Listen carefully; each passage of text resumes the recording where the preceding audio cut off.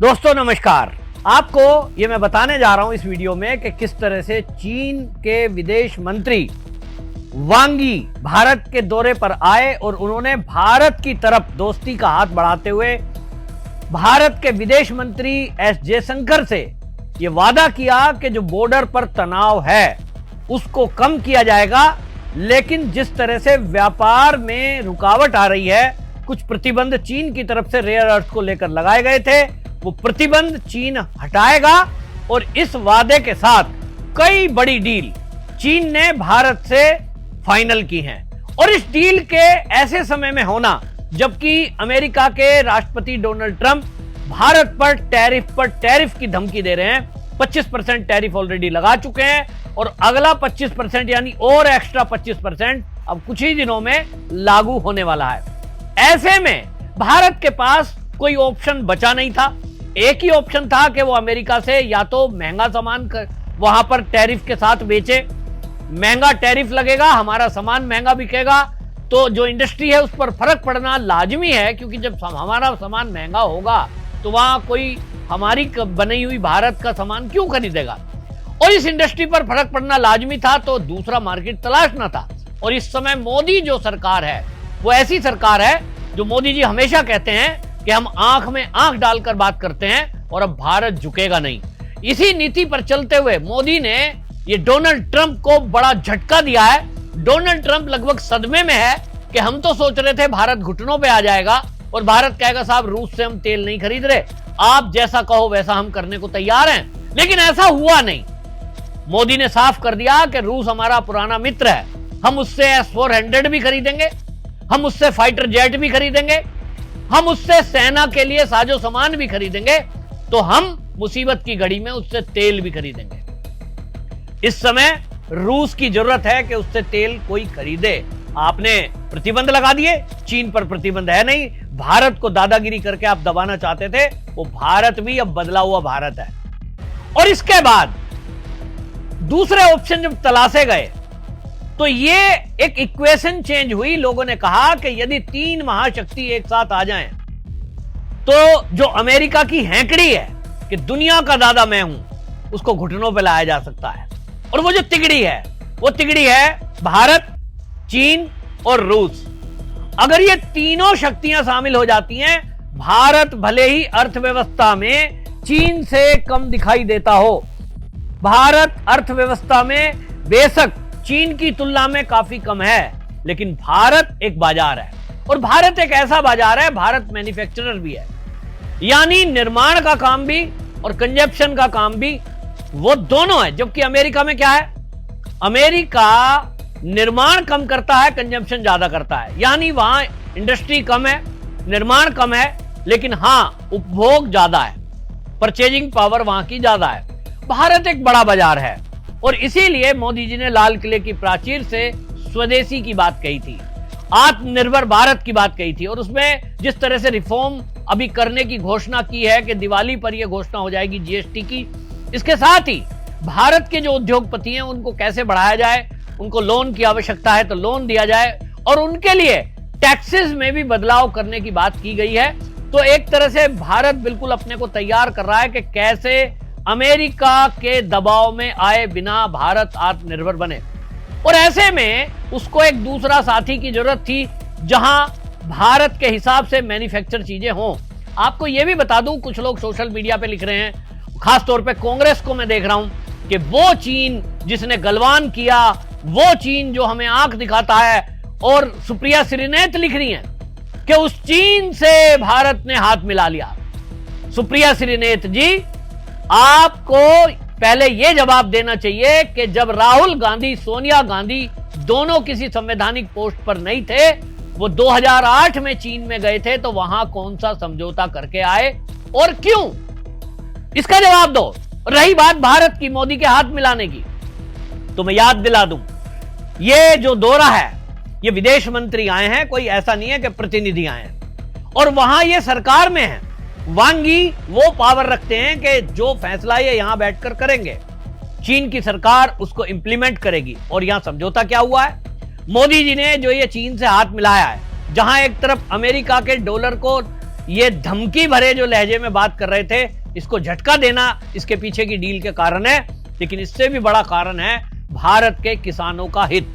मोदी जी ने जो ये चीन से हाथ मिलाया है, आपको ये समझना चाहिए कि हमारा जो भारत के किसान है उसके लिए जो खाद बनता है, उसका पूरा खाद जो है वो चीन से आता है बड़ी संख्या में। और भारत में जो किसानी है उसको भारत सरकार बढ़ावा दे रही है। तो खाद की लाइन लंबी लंबी लगी हुई आपने देखी होंगी। ज्यादातर प्रदेशों से ये सीन देखने को मिलते हैं कि भाई खाद किसानों को जरूरत के अनुसार नहीं मिल रहा है। और इसीलिए यह संकट पैदा हुआ था जब चीन ने प्रतिबंध लगा दिया कि हम रेयर अर्थ नहीं देंगे आपको। रेयर था, आपको पता है कि चीन के अंदर सबसे ज्यादा दुनिया का जितना रेयर अर्थ जितना मिलता है उसका 80% चीन में है और वो एक्सपोर्टर है उसका। लेकिन उसने भारत पे प्रतिबंध लगा दिया तो उससे असर पड़ रहा था। जो इलेक्ट्रिक वाहन बनते हैं उसमें रेयर अर्थ की बनी हुई मैग्नेट उसकी आवश्यकता पड़ती है। सेना को कई साजो सामान, यहां तक कि सैटेलाइट और ये मिसाइल में भी वही मैग्नेट काम करती है। और कई ऐसे महत्वपूर्ण चीजें हैं जिसमें उस मैग्नेट का इस्तेमाल होता है जो रेयर अर्थ से बनती है।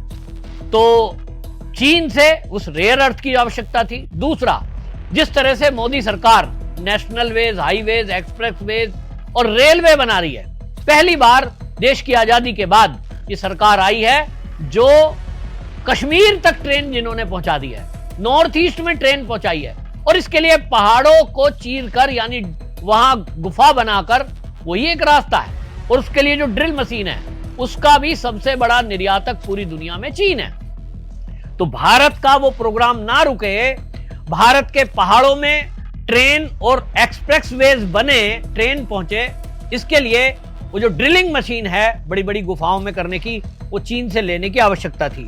तीसरा जो है, एक आपको बता दूं, मैंने ये जो बात की है वो इसलिए कि इसमें नदियों के डाटा साझा करने की भी जो एक समझौता था जो हाल्ट पर था, उसी को करने की जरूरत है। क्योंकि जिस तरह से भारत के अंदर बाढ़ आई, वो पहले तय था कि भाई डाटा आप चीन भारत को डाटा देगा, भारत चीन को डाटा देगा कि बारिश हुई है तो नदी में कितना बहाव है, कब पानी छोड़ रहे हैं, कब रोक रहे हैं। ये जानकारी समझौते के तहत है जिससे कि भारत में जो बाढ़ की समस्या है उससे निपटा जा सके। इसलिए व्यापार के लिए, नदी के डाटा साझा करने के लिए, कनेक्टिविटी के लिए और द्विपक्षीय व्यापार के लिए ये समझौते हुए हैं। मुख्य रूप से देश की जो इलेक्ट्रिक वाहन बनाने की जो तैयारी चल रही है, जिस पर सऊदी अरब हो या अरब कंट्री जितनी भी तेल हमें इंपोर्ट करते हैं उस पर निर्भरता कम हो। और वो कब होगी? जब इलेक्ट्रिक वाहन देश के अंदर ज्यादा से ज्यादा बनेंगे। इलेक्ट्रिक वाहन ज्यादा से ज्यादा कब बनेंगे? जब रेयर अर्थ बनी हुई मैग्नेट हमारे पास होगी। और रेयर अर्थ की मैग्नेट कहां से आएगी? वो आएगी चीन से, क्योंकि अभी हमारे पास उस तरह की इंडस्ट्रियां नहीं है। हालांकि रेयर अर्थ बड़ी संख्या में भारत के अंदर अब उपलब्ध हो रहा है, लेकिन उसके प्लांट लगना और वो रन होना, यानी प्रोडक्ट बनना, उसमें अभी अगले 2 से 3 साल लगेंगे। तब तक चीन पर निर्भरता ये हमारी मजबूरी है। लेकिन ऐसे में एक महत्वपूर्ण समझौता यह भी हुआ है कि बॉर्डर पर जो सेना का तनाव है, खासतौर पर लद्दाख एरिया में, उसको कम किया जाए। दोनों तरफ से सैनिक कम होंगे। तो ये एक बहुत बड़ा समझौता हुआ है। और आपको बता दूं कि 2024 में जो ब्रिक्स हुआ था, उस सम्मेलन के पहले एलएसी पर तनाव कम किया गया था। अब एससीओ समिट है चीन के अंदर, जिसमें मोदी जी के जाने की अभी कंफर्मेशन नहीं है, लेकिन उम्मीद जताई जा रही है कि मोदी जी जाएंगे। उसके पहले इस तरह का समझौता होना, ये कम से कम भारत के किसानों के लिए, इलेक्ट्रिक वाहन बनाने वाली कंपनियों के लिए, और जो हाईवेज, एक्सप्रेसवेज और रेलवेज, टनल बनाने का काम करते हैं, उनके लिए फिलहाल राहत भरी खबर है। और यह भी मैं आपको बता दूं, अच्छे से भारत भी समझता है कि चीन पर कोई भरोसा नहीं किया जा सकता कि वो कब पलट जाएगा। चीन पर से जैसे ही अमेरिका प्रतिबंध हटाएगा, हो सकता है वापस पलट जाए। तो उसकी तैयारी में भारत फूक फूक कर कदम रख रहा है। ऐसा नहीं है कि हम कोई उससे ऐसा समझौता करने जा रहे हैं चीन से कि साहब हमने भरोसा कर लिया, अब तो जी हम चीन के दीवाने हो गए हैं। चीन की भी जरूरत है, हमारी भी जरूरत है, और दोनों ने एक दूसरे की जरूरत को देखते हुए अभी फिलहाल जो ये हाथ मिलाया है, इसके नतीजे आने वाले दिनों में आपको दिखेंगे। कम से कम जो किसानों को खाद की कमी हो रही है पूरे देश के अंदर, वो कमी अभी तुरंत तत्काल में पूरी होने वाली है, क्योंकि इस समय अब खाद की आवश्यकता पड़ेगी अगले महीने से। तो इसीलिए मोदी जी ने किसानों को हित को ध्यान में रखते हुए ये समझौता किया है। लाल किले की प्राचीर से भी उन्होंने ये बोला था कि किसानों के हितों को ध्यान में रखते हुए हम हर बात का समझौता और हर चीज करेंगे। और इसीलिए आप देखें कि किसानों को ही ध्यान में रखते हुए मोदी सरकार ने अनेक ऐसे कदम उठाए हैं। इससे पहले किसानों को ध्यान में रखते हुए ही 3 कृषि बिल जब विरोध कर रहे थे उसका मोदी जी ने वापस लिए, क्योंकि मोदी किसानों को नाराज नहीं करना चाहते और जवानों को नाराज नहीं करना चाहते, यानी सेना को। दोनों मजबूत होंगे तो ही हमारा देश मजबूत होगा। यही सोच हमारे देश के नागरिकों की है और यही मोदी सरकार की है। तो बहरहाल बहुत अच्छा समझौता हुआ है और अमेरिका में इसमें बड़ा झटका लगा है। जो वो सोच रहे थे कि भारत को झुका लेंगे, अब वो भारत झुका नहीं। अब जिस तरह की डील चीन से हुई है और जैसे ही अब मैं बता रहा हूं कि ये एससीओ समिट होगा तो आप देखेंगे अमेरिका घुटनों पर आने वाला है। और मोदी की तो प्लानिंग ही चल रही है कि डॉलर पर निर्भरता कैसे कम की जाए।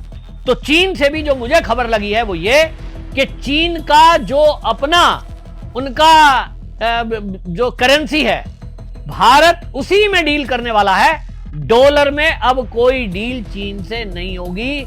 ये इसमें महत्वपूर्ण बात है। आपकी क्या राय है कमेंट में जरूर लिखें और वीडियो को शेयर भी करें ताकि देश के किसानों को, देश के जवानों को यह पता लगे कि मोदी जी ने क्यों चीन से समझौता किया है। वंदे मातरम।